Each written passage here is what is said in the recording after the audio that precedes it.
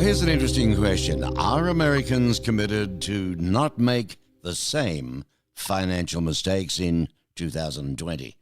Let's take a look at the new research that reveals the top budget busters and blunders.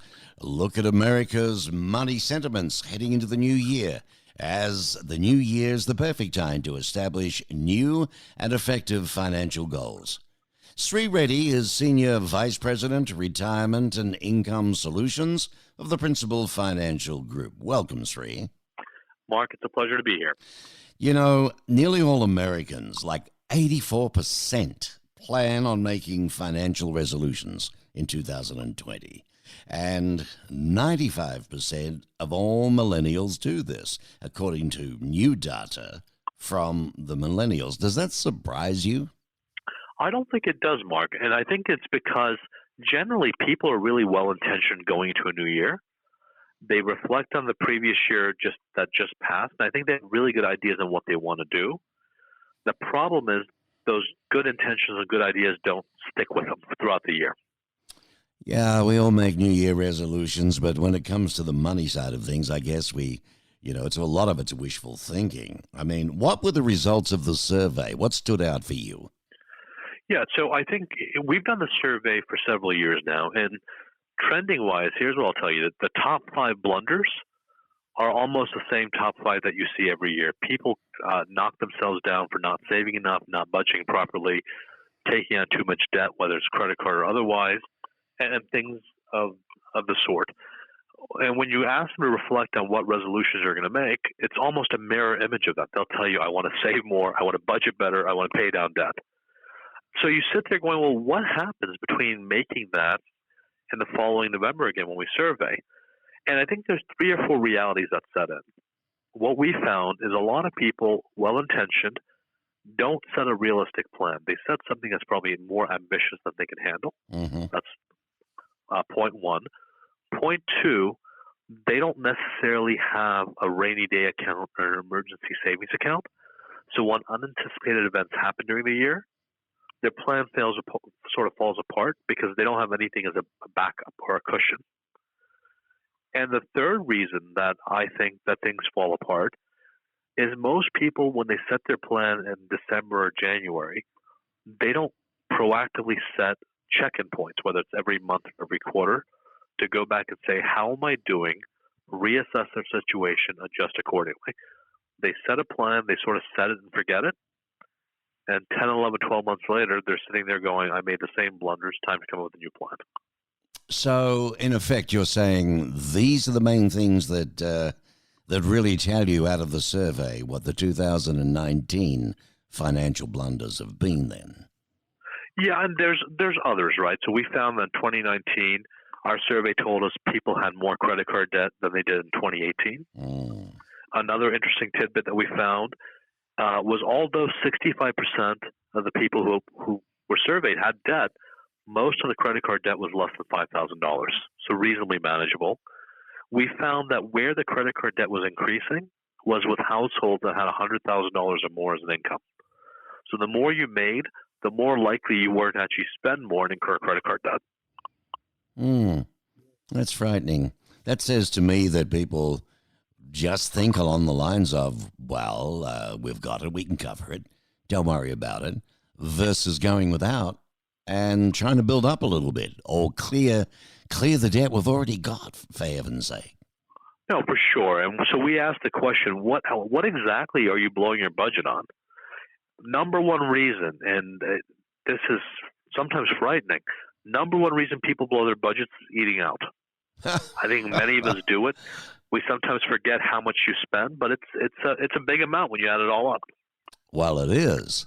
I take a lot of clients out to lunch, for instance, in my business.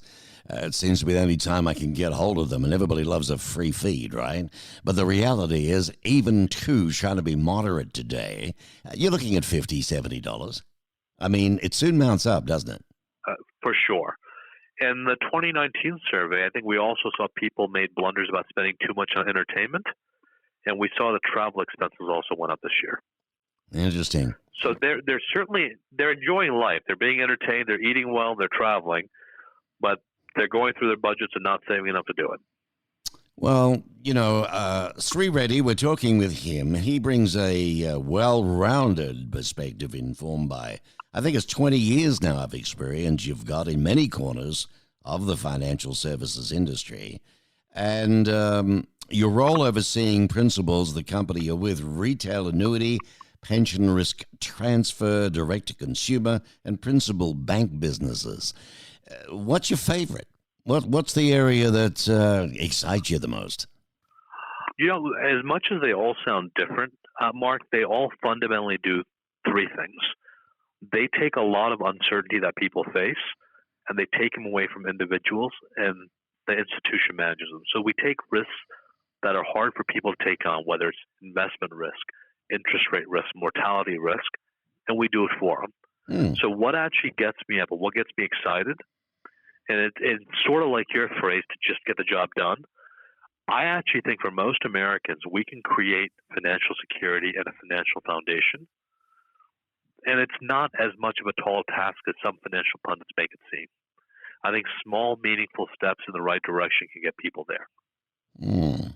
Well, you know your stuff. I mean, I think you even, you work on the Hill, don't you? You serve as a chair of the U.S. Department of Labor. Is that ERISA, the Advisory Council? I've been on a 3-year appointment there. This is my final year. But yes, I do work with policymakers and regulators quite a bit. Okay. How about then you share some tips for managing holiday spending habits? Now, that's not easy. It's not easy, Mark, but there's actually just a handful of steps that your listeners can do that will make a world of difference. The first tip that I always tell everybody is don't try to keep up with the Joneses. Figure out what you can spend, what's meaningful and relevant for you. And that varies from person to person. And I'll tell you, as a parent of 3 children, the handwritten cards are much more meaningful to me today than anything else they can get me. There you go. So when you're thinking about what you spend, set a budget first. Step 2, create a list of people that you're going to make purchases for and really be purposeful and think through what you want to get them and make a list of either the item or the experience. And this is really, really important because I'll tell you, I mean, I don't know if you went out on Black Friday shopping. I dread doing that. I wandered out just to do some market research. You won't get me in those lines or traffic. I'm an impatient bugger. But here's what you find, right? A lot of people go out without a plan. They just sort of wander the aisles. And they end up buying a lot of stuff that they didn't want, didn't need, nor does anyone else want that they're going to give it to. Yeah, well, that's that impulse buying. You start with, you've got the card in your back pocket. Let's face it, we're doing well, honey. Oh, look at that. Listen, what kinds of things are Americans resolving to do better in 2020? Yeah, so there's a number of things, but the things I'm happy to see, many of them are saying, well, hey, I will set up an emergency savings fund. Many are saying, I'm going to save more monthly, and I'm going to save more for retirement. But you're also starting to see another 3 things that our survey highlights. People are planning on giving more to charity. People are planning on saving and putting money away for their kids' education. And they're also starting to realize they may need to provide financial support for a loved one, so an aging parent or a relative. Mm-hmm. And I think they're dealing with that reality as well. Well, that's interesting that you brought up about the charity bit. I mean, I just finished reading a survey that shows a decline. It's getting a little tougher for our not-for-profit friends out there. Yeah, I think that's driven by other things, including some tax reform that happened a couple of years ago and how deductions work. But I think for the average American, the intent is to give more. And Americans as a population are generally a generous group. And I think as we've had prosperity, as the economy's done better, I can see the inclination of wanting to give back. Yeah, well, that's fair enough, too. Yeah, I agree with you on that. You do have an entrepreneurial spirit, and I can see that you bring passion for employing data and diverse insights into your financial security with principle, and you tell it like it is. I like that. So look, tell me, Sri, what resources are available to get started with for my listeners? So, Mark, there's tons available on websites abound. We've curated a set of content, calculators, and tools that anyone can use at principal.com. That's principal spelled Pricipal, like an elementary or high school principal. And I encourage your listeners to go to our website or find another one they like, but just take action. The more informed you are, the more educated you become of your own situation, the easier it is to get the job done.